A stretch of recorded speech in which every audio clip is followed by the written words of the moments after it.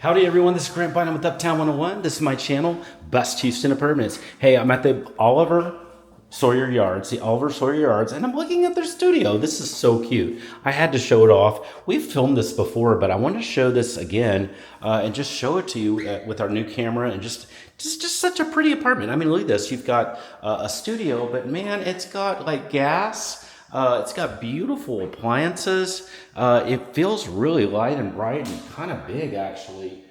So this is the space here. I believe this is a 400 and something square feet, but it feels huge. It feels a lot bigger than that. So you've got these huge windows. This would be your area to you could have a bed set up here, but then have a little couch and TV over there. You've got a lot of space, really. You've got a really pretty closet here with a lot of space inside there. This is super cute. And then check out this bathroom. The bathroom has a lot of space. This is pretty cool. I mean, look at this. This is a big bathroom. So you're not going to be lacking anything. You got a walk-in shower.